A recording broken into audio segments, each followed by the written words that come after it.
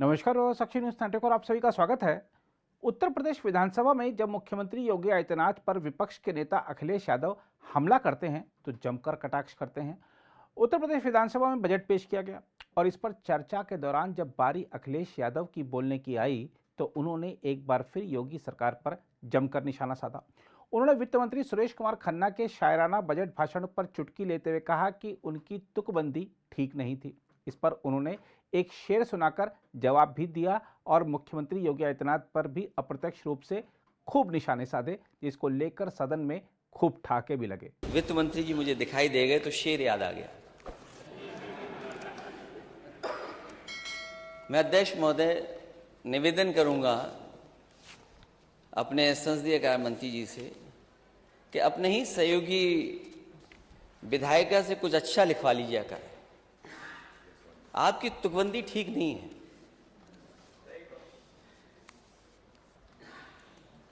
और मैं जब देखता हूं नेता सदन को और यहां पे सदन में आंखों पर सियासत का असर देख रहे हैं, आंखों पर सियासत का असर देख रहे हैं, किस ओर लगी आग किधर देख रहे हैं।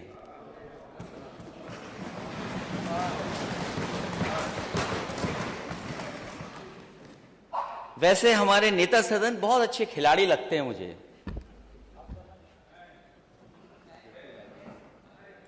अभी कुछ दिन पहले पूरी दुनिया के लोग टीवी के सामने बैठे थे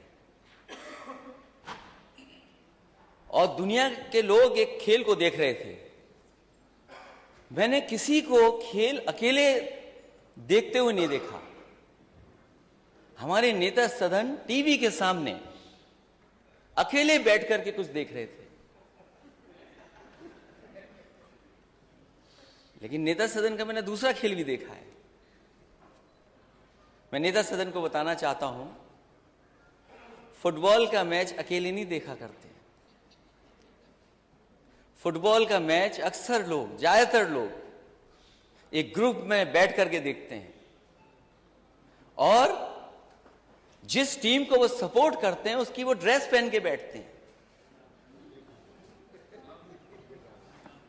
मुझे नहीं पता नेता सदन किस टीम को सपोर्ट कर रहे थे आप। उस दिन तो नहीं पूछ पाया मैं, क्योंकि पूछ भी नहीं सकता था मैं। रात था, रात तक मैच चला था और मैं यकीन से अध्यक्ष जी कह सकता हूं मैच खत्म होने से पहले हमारे नेता सदन सो गए होंगे।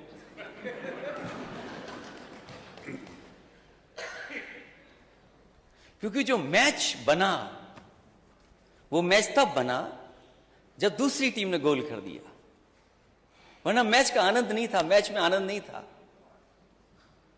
और अभी मैंने कुछ दिन पहले नेता सदन को एक दूसरा खेल खेलते देखा। पता नहीं किसने बॉल की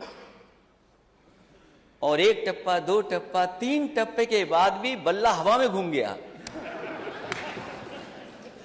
अरे नेता सदन कैसे खिलाड़ी हो आप? तीन टप्पे के बाद गेंद पे नहीं मार पा रहे हो। मैं उस स्टेडियम में एक या दो बार गया हूं। अध्यक्ष महोदय, मुझे खुशी है इस बात की कि बनाया समाजवादियों ने, लेकिन स्टेडियम में ज्यादा नेता सदन गए हैं। मैं नहीं गया। मैं केवल पहला क्रिकेट मैच देखने गया जब ये भी खिलाड़ी लगता है किसी बात के, किसी खेल के खिलाड़ी हैं भी।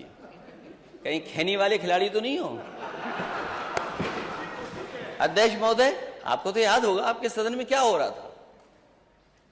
एक स्पीकर पे आवाज आ गई, आप इतने नाराज हो गए। लेकिन इसी सदन में कोई खैनी खा रहा था, आप नाराज नहीं हुए। मैंने देखा नहीं था।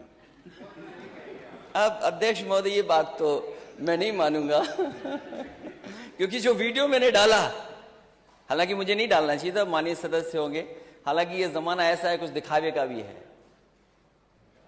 तो मैंने जब वीडियो डाला तो मिलियन व्यू आ गए। ये नया जमाना है।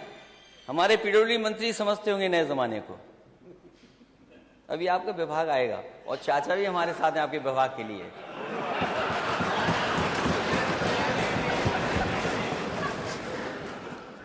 और मैंने जब नेता सदन को स्टेडियम में जाते देखा, खुशी मनाते हुए देखा, तो मैं बहुत दूर था, मैंने टीवी पर देखा कि नेता सदन ऐसे करते हुए जा रहे थे।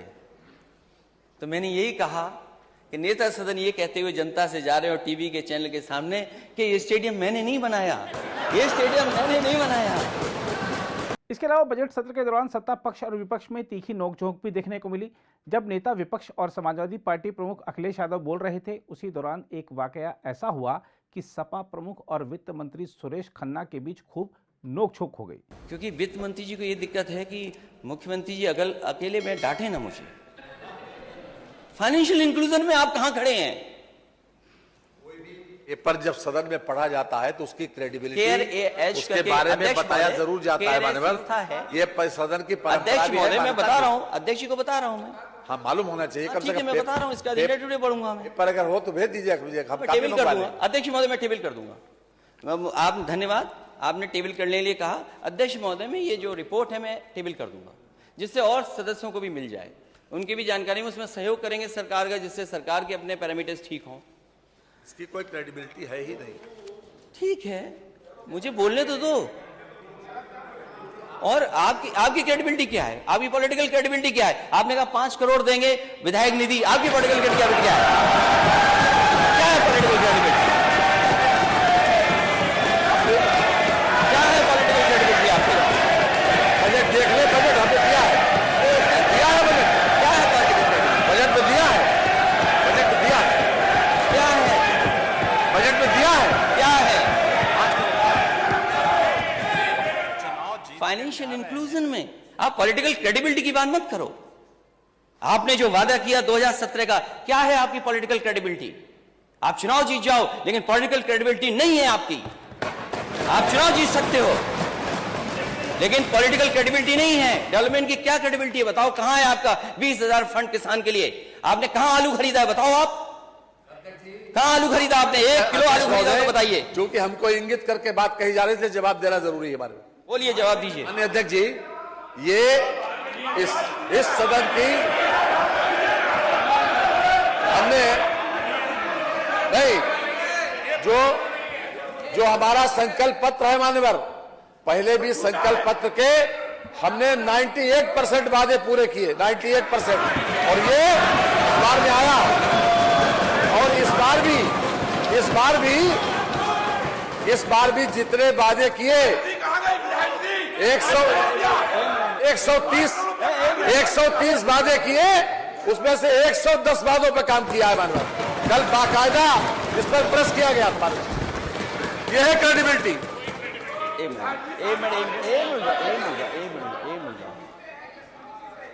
अध्यक्ष महोदय, अध्यक्ष मैं अपने माननीय सदस्यों से कहूंगा, एक मिनट शांत रहें। अध्यक्ष महोदय, आप क्रेडिबिलिटी बता रहे हैं ना कुछ, मैं बैठ जाता हूं, एक बार बताइए। सबसे बड़ी यह है कि हम जनता ने 5 साल तक हमारी सरकार को गुड गवर्नेंस के आधार पर 2 बार वोट दिया, गुड गवर्नेंस के आधार पर। यह है क्रेडिबिलिटी। और जनता की अदालत सबसे बड़ी अदालत है अध्यक्ष जी, सबसे बड़ी अदालत जनता की अदालत है। हम उसी वजह से यहाँ पर बैठे, उसी कारण यहाँ पर बैठे, और यही क्रेडिबिलिटी सबसे ज्यादा मान्य है। अजय अध्यक्ष महोदय, बोलिए ना आपने, यही पॉलिटिकल क्रेडिबिलिटी है आपकी, यही पॉलिटिकल क्रेडिबिलिटी है ना? अच्छा, ये क्या था फिर? एक मिनट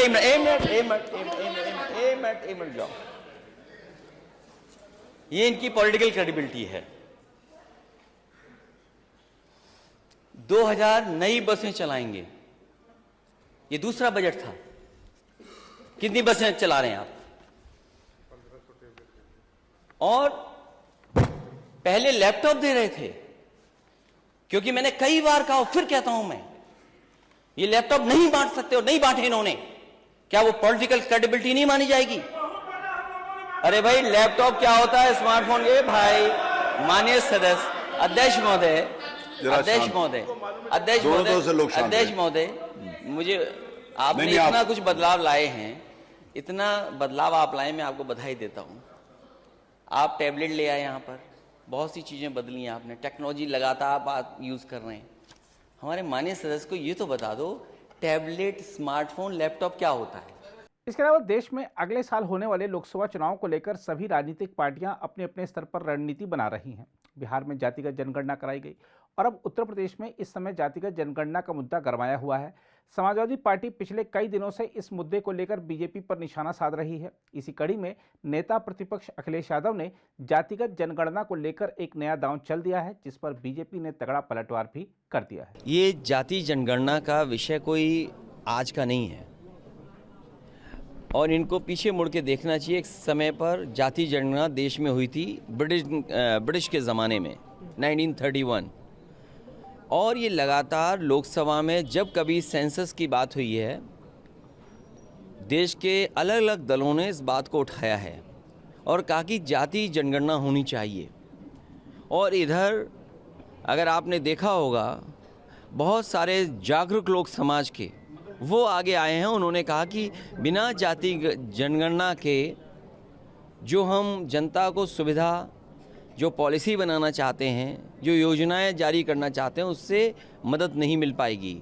अगर भारतीय जनता पार्टी इस बात को कहती है सबका साथ, सबका विकास, सबका विश्वास, तो कम से कम हर जाति विशेष में ये विश्वास पैदा हो कि उनको भी योजना से जोड़ा गया है। ये वही भारतीय जनता पार्टी के लोग हैं जो कहते थे कि सब योजनाओं का लाभ कोई और ले रहा है, कुछ योजनाएं कुछ लोगों के जा रही हैं, इसलिए जानबूझ करके इस तरह के उलझाने का काम करते हैं।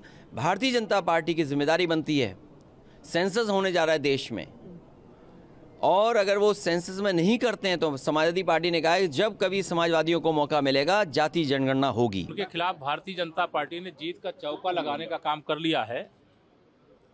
2024 और 2027 के विधानसभा और लोकसभा के जब चुनाव हो जाएंगे तो समाजवादी पार्टी के खिलाफ जनता के आशीर्वाद से भारतीय जनता पार्टी जीत का सिक्सर भी लगा करके उनको दिखाने का काम करेगी।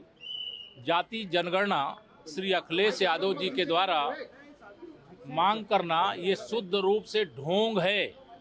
उनके मन में ना तो पिछड़ों की चिंता है, ना उनको दलितों की चिंता है। उनको चिंता है तो अपने कुनबे की चिंता है, क्योंकि उनकी राजनीतिक अस्तित्व तो इस समय दांव पर लगा हुआ है।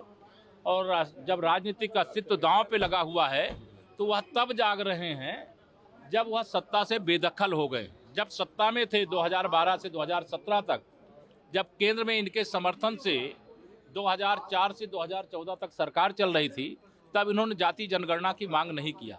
उत्तर प्रदेश में श्री अखिलेश यादव जी की सरकार के समय गौवंश की हत्या होती थी। हमारी सरकार के समय उनके लिए गौ आश्रय स्थल बनाए जा रहे हैं और उनको उस आश्रय स्थल पे रखा जा रहा है। और हम गाय गौवंश के गर्दन पर छुरी नहीं चलने देंगे। अगर आप भी लेना चाहते हैं देश दुनिया की तमाम जानकारी तो आज ही सब्सक्राइब करें हमारे चैनल को। साथ ही नीचे दिए बेल आइकन को जरूर दबाएं ताकि हर अपडेट आप तक पहुंच सके।